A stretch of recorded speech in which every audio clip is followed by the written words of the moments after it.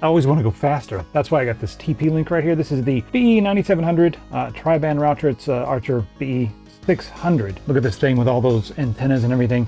You got 6 crazy antennas. It's Wi-Fi 7. For stuff that's kind of comparable to this, you generally have to go $100 to $200 higher, and that's why I wanted to look at this, because can we really get a lot of speed out of this thing with the price tag being what it is? I'm going to try to go through the specs and all that quickly, because I think the real world performance should do the most talking. I've got one little caveat. I don't have any Wi-Fi 7. It's going to be similar, but Wi-Fi 7 is obviously faster. Plus, this does have a lot of technologies that can really help speed transfers, mostly over Wi-Fi 7, like multi-link operation. The multi-link operation allows your device to use multiple channels at the same time. Now, both devices have to support it. So if you've got a device that works with that, then you can turn that on, and that's where you're really going to see the benefit of Wi-Fi 7 speeds. Otherwise, Wi-Fi 7 and Wi-Fi 6 are very similar in terms of everything else. You're both going to be using the 6 gigahertz antenna. So we've got some cool technology going on here. We've got a 5 gigahertz antenna, we got a 6 gigahertz antenna, and then we also have 2.4 gigahertz. And it's pretty intelligent. It'll allow you to automatically, select what's needed for different things. And once we get into the firmware, I'll show you how that all works. You can set it up so that it's all separate, or you can set it up so that your devices will just pick the best antenna for whatever they're going to do. And it also allows aggregation of all those things, which means you can combine those. Speaking of combining, it let you do some beam shaping and everything else, but I'll test how this performs in different rooms of the house, and when I get 30 feet away, 40, 50 feet away, whatever, I'll do a few different tests like that. All right, first off, let's take a look at the unit itself. It's not too huge. A lot of these things are like big and bulky, especially the gaming ones, but this one's not that big. It's got a nice sleek footprint, understated logo. It could be on your coffee table. I think it's pretty, in my opinion. Then we have a whole bunch of antennas. Look at all those antennas, 6 of them to be exact. And you can just angle those and position those in different directions, and maybe it'll help. I don't know. I've always just kind of put them up and then been like, there we go. And it's generally good to put a router higher on a shelf, because as the beams go out, they kind of trend down a little bit. All right, so you got all your LEDs there on the front, so you can see what's going on with your connections, your Wi-Fi connections, and also the physical connections on the back, plus the power. Now, when you flip it around to the back, let's go ahead and take a look at all the ports we got here. Now, there's something special going on with these ports. You see there, the WAN, it says WAN/LAN, and it's 10 gigabits per second. So you can actually use this as a LAN port. Like, a lot of us only have gigabit, or maybe 2.5 if you're lucky. So what you can do there is there's also, see the 4 orange ports? One of those says WAN/LAN. Now that one can also be your LAN port. You just configure that in the firmware. So if you've only got gigabit, plug up the internet right there. That way, if you have 10 gigabit Ethernet in your house, you can plug 10 gig Ethernet into the WAN/LAN port. Then all the other ports there are also going to be 2.5, so it'll just be a lot of stuff going on. You'll have enough bandwidth going through so that you'll be able to saturate the 2.5 gigabit ports, and you'll be able to have multiple people connected at the same time to this unit. So yeah, sleek unit. On the bottom, you got some feet. You can hang it on the wall if you want to as well. It comes with the mounts for that, or it comes with little mounting feet, so you can just hang it on the wall or whatever, mounting indentations, I suppose it is. Now, they advertise this as being 9.7 gigabits per second. You're not going to get 9.7 gigabits per second with one device plugged in. That's not how this works. In the real world, that's going to be the maximum possible if you have multiple devices, but there's enough antennas there that you can have 9.7 gigabytes or gigabits of stuff going on. So above and beyond that, if there's maybe, say, some spot in your house where you just can't seem to get full coverage, it is Easy Mesh compatible. And I really like Easy Mesh because that'll let you just get any other device, regardless of brand, that's Easy Mesh compatible, and then you can create a mesh network right there in your own home. I like the fact that technology is becoming more of a thing nowadays. So they advertise with the 6 gigahertz band, you can get up to 5,765 megabits per second. 5 gigahertz band, 2,882 is what they're advertising, and then the 2.4 gigahertz band advertising 1,032 megabits per second. Before we keep going, I want to also note that I didn't have to log into anything to make this work. I know some people are worried about, hey, am I going to have like an online account to use my local network? No, I didn't have to log in anything. Of course, it gives you an option to sign up with an app and log in that way. You can do that if you want to, have an easy way to control it while you're out and about and doing things, but you don't have to. All right, so there's a lot of fancy technologies and stuff, like 4K cam, meaning you get 12 bits rather than 10 bits, 20% higher theoretical transmission. So there's a lot of stuff like this that, yes, it is technology, but it's hard to show these things in the real world because everyone's place is different, where your walls are different, where you put your stuff is different. But just know that there is a lot of technology built into this to try to help get, I guess, better throughput just wherever you are in your house. We also have double width channels. You get 320 hertz on a lot of the channels. And then, you know, if you wanted to come over here, I'll leave the links down there. And here's that. I was just talking about the 320 megahertz on the 6 gigahertz. That's mainly for Wi-Fi 7. But, you know, you've got a whole bunch of different things that you can come over here and take a look at. I think it's, and then it explains the multi-link thing. Again, these are mostly Wi-Fi 7 features. So if you're getting this for Wi-Fi 6, this is not going to matter. But if you have a lot of Wi-Fi 7 devices, then it's going to be a pretty big deal. All right, so we're in Unreal Tournament right here. I'm going to join a server and just check my ping.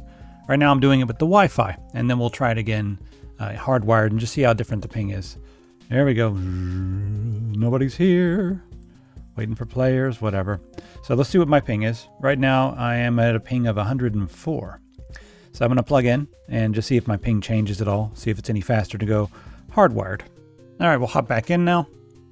Yes. And we're going to join a game. I'll find that same Wisconsin server. All right, now on wired, let's see what we got. There's people now. All right, let's see here. And my ping is 100, so it's about the same. I can't see even this microphone in front of me. See how it feels here. Ping is around 196, somewhere in that range. Who's shooting at me? This was the early 2000s vibe right here. All right, now as far as streaming stuff goes, that's obviously going to be easy no matter what service you're using, but if you got some large files on your NAS like I do, let's go ahead and grab. I've done a whole bunch of rips from my Blu-ray just to see which one looks the best. Skipping around. Takes it about a second to catch up to whatever area that I click on. But this is, like I said, 47 gigabyte, ginormous, barely compressed Blu-ray file. Streaming straight from my NAS to the Wi-Fi. And it is super fast. All right, so we got two things playing at the same time right now from the NAS. I'm just trying to bother the NAS as much as possible. Yeah, sure. Skip forward on this one. It's fast. Look at that. I'm going back and forth. And this one over here. I'm doing multiple streams at the same time to my device. So this one device can handle multiple streams. It's kind of ridiculous. Let's take a look at Home Shield real quick. See what we got going on over here. Parental controls you can turn on. Go ahead and click on add and see what kind of stuff we have. And then we can say, you know, here's the stuff you can and can't do. So quality of service, we can come over here and say like, okay, this device, the one that's connected right now, give this one higher priority. And you can come through and set up which ones have high priority and which ones don't. All right, let's go over here and take a look at the advanced settings, shall we? Go over here to your internet, and now we have more options. We can come in here and do DNS privacy, none. So, which is fine. I'm running my own DNS stuff. VLANs, if you want to do some VLAN tagging, you can turn that on and just say how you want to run this thing. All right, so we've got dynamic DNS built in, which is really cool because if you do not have a static IP and you want to have your home network on a domain like mydomain.com will take me to my home network so I can manage things, well, use a service like no IP. You can sign in with your TP-Link ID, but you don't have to.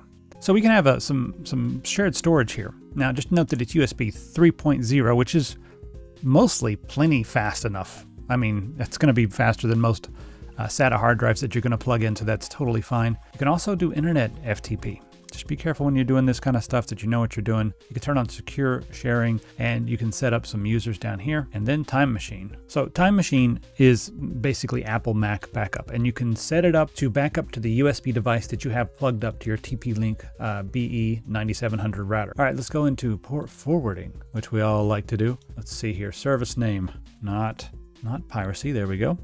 And you put in your device IP. It's really cool that you can view your connected devices right here. This is so handy. So I can see, hey, my Casio OS PC is connected right there. There it is. Put in our port right there. There we go. And then our internal port, that's going to map to, if I'm going to be accessing this service, it'll access it that way. Enable this entry, save. That was pretty quick. So you also have port triggering that you can set up. DMZ. That can be handy for some of the game servers and stuff you're running. It's basically a demilitarized zone. Whatever device you put in here, it will have raw access to the internet. So be careful with this. Online gaming and real-time communication, some of this stuff does require this. All right, let's take a look at our security settings here. We've got firewall, respond to pings from WAN. I'm going to leave that alone. But yeah, we've got our SPI firewall up and running. And then access control, you can set it up so that only specified devices can connect. And we can say which devices can connect. So that's like, hey, I want only these to be able to connect. And that way you can make sure that unauthorized access doesn't happen. Now we can do IP address to MAC binding. All right, VPN client. We can run a VPN client right here, and let's see what we have access to. And we have WireGuard. And this is what I'm talking about, tunneling. And a server, so you can use this to connect to somebody. That's really cool. But the client, you can use this to connect to somebody else's network. Like if you're working with somebody on a game or something or project, all I have to do now is if I'm using this on my phone, open the WireGuard app on my phone, take a picture of this QR code, or I can hit export this and import this onto my laptop or whatever into the WireGuard app. And then I can connect directly to my home computer or my home network while traveling. And it's a fully encrypted tunnel, so it's safe. Really awesome. I use it every time I travel. We got our Smart Life Assistant. If you want surveillance, you can enable either Amazon surveillance or Google surveillance. Both of those are available here. And you can do night mode and say, like, at a certain time, turn off the LED lights. You'll be asleep, you're not going to be staring at them anyway, which is pretty cool, actually. You can put it into power saving mode. There we go. And then set the times. So you're like, you know what, I'm not going to be online and I'm not seeding anything. So there you go. Connecting to the 6G, see if it'll let me on Linux. Sometimes it's weird. All right, let's do some speed tests. This is a speed test about 5 feet away from the unit.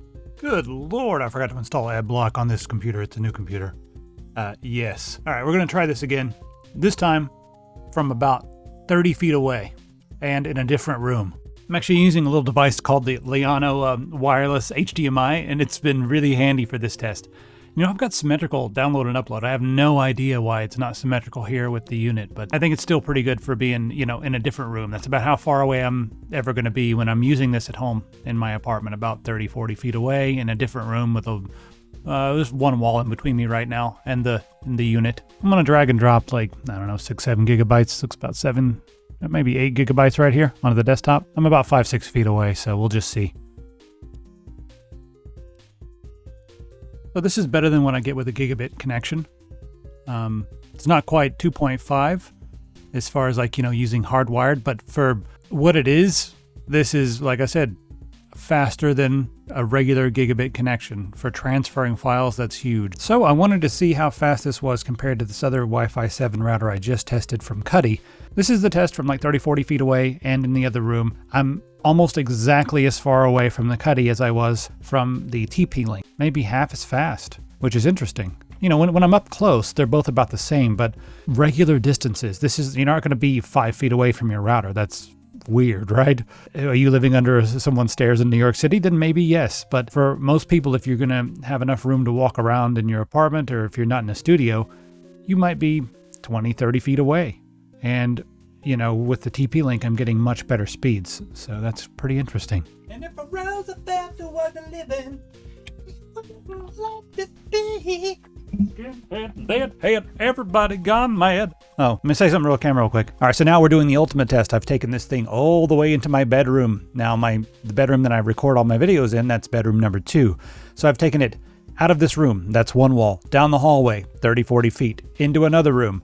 And as you can see, my wireless HDMI is complaining right now. Switch Wi-Fi channel. Really far away with 3 walls separating it.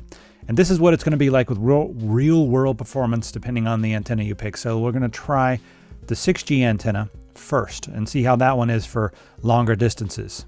As far as the CPU goes on this, I don't know what it is. They didn't publish it. It seems like a generic quad-core ARM processor running around 2 gigahertz, but I don't know what it is. It could be Qualcomm, could be MediaTek, and that's going to make it difficult to create third-party firmware. So it'd be really cool if they publish that. And I think that's, the firmware that comes with is fine. If you're okay with that, then you're fine. But if you want custom firmware, this may or may not ever get it, because what's the CPU on the inside? Looks like it's got 128 megabytes of flash as well. So please publish the CPU. Let us know what's on the inside of this, please, TP-Link. That'd be cool. Anyway, I think I'm going to leave it there. It's really fast. I'll use it because it does everything I need. In fact, I'm going to use this as an access point. I've already got a router, and that's it. I put together myself running OpenSense, so I don't need a lot of the router functions, but I do like the speed, especially for the spots that I am going to be in the house. And Easy Mesh is nice too if I need extra space, but whatever. If you're going to be using this really far away, maybe think about what you're going to be doing. Wi-Fi 7, maybe, but yeah. Oh, sorry about this. I just realized that's really noticeable on camera. I have no comment.